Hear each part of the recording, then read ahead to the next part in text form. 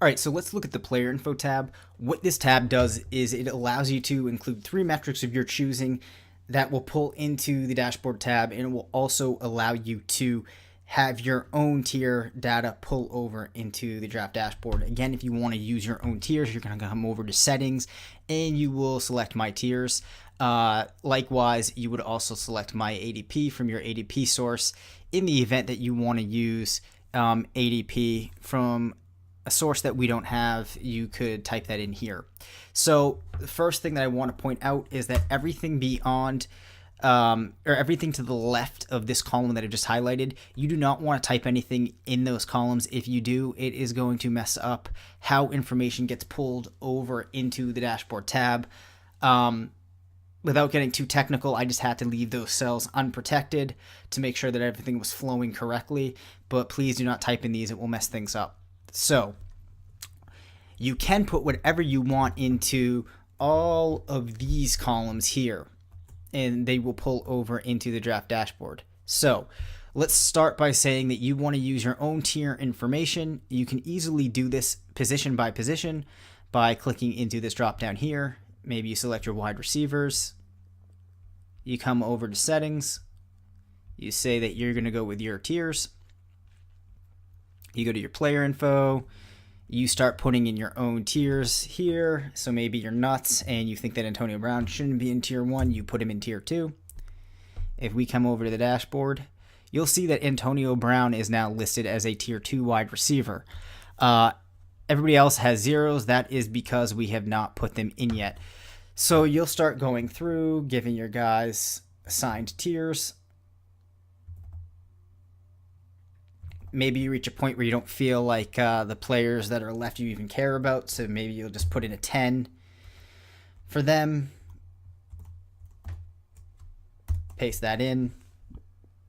Now, if we come over to the draft dashboard, you'll see that we have these guys here, Dez up to Antonio Brown in tiers 1 and 2, everybody else in tier 10.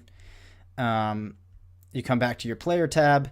Let's pretend that we've put those all in. This is really important. To get things to display nicely in the dashboard, you're going to want to go before you leave the screen and sort selected ADP, smallest to largest.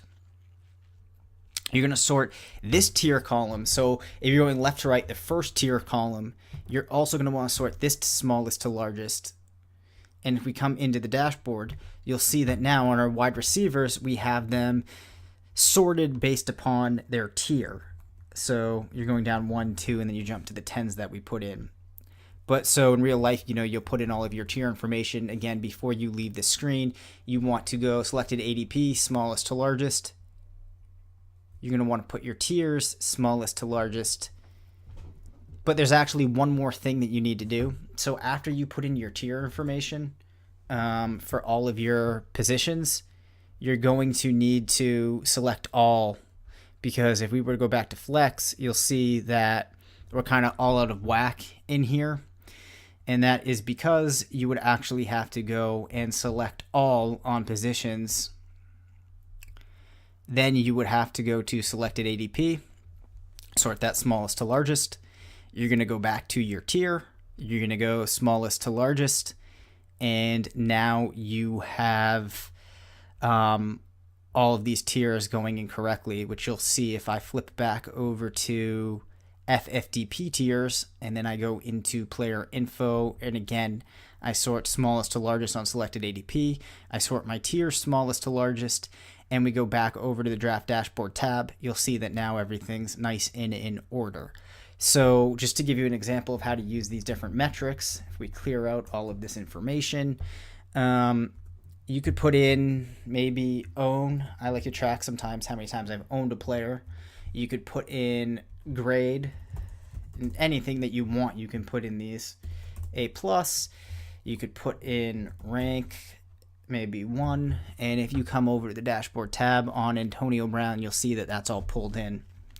So again, you can put whatever you want in there. You don't need to use it personally.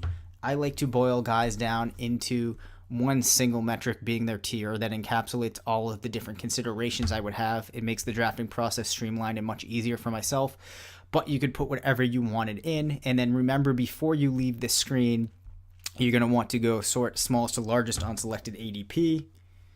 You're going to want to put tiers, smallest to largest, and you're going to want to make sure that you have all of your positions selected. Again, do not type anything in here. Put whatever you want in these columns, and that will all pull over into the dashboard. And if you have any questions, shoot an email to ffdraftprep@gmail.com and we'll help you out.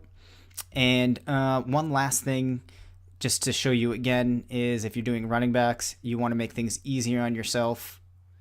After you sort for just running backs, do ADP smallest to largest. Then makes it just easier for you to start putting in your tier information. And then as you're going along, you can sort this smallest to largest once you have in some tiers. If you want to look at them before you're done, you'd come back up to here and you'd sort smallest to largest. And then when you're done with that position, then when you're done doing your particular position, just remember that you're going to want to bring everybody back in.